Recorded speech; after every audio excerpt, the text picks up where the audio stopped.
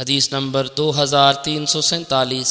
حضرت ابو سعید خدری رضی اللہ عنہ سے مروی ہے، فرماتے ہیں حضرت علی المرتضیٰ رضی اللہ عنہ جب یمن میں تھے تو انہوں نے رسول اکرم صلی اللہ علیہ وسلم کی خدمت میں سونا بھیجا جس میں کچھ مٹی بھی تھی، تو رسول اکرم صلی اللہ علیہ وسلم نے اسے 4 آدمیوں میں تقسیم کر دیا۔ اقرا بن حابس حنظلی، عینہ بن بدر فزاری، علقمہ بن علاسہ العامری اور بنو کلاب کے ایک شخص، پھر زید خیر الطائی کو، پھر نبو نبہان میں سے ایک شخص کو عطا کیا۔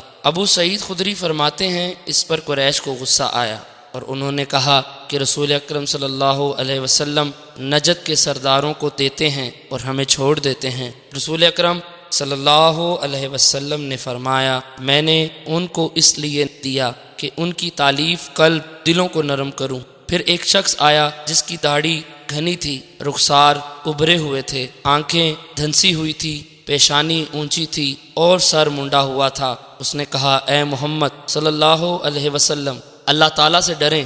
تو رسول اکرم صلی اللہ علیہ وسلم نے فرمایا، اگر میں اللہ کی فرما برداری نہیں کروں گا تو کون کرے گا؟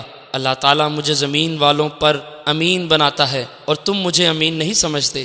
راوی فرماتے ہیں پھر وہ شخص پیٹھ پھیر کر چلا گیا تو قوم میں سے ایک شخص نے اسے قتل کرنے کی اجازت طلب کی۔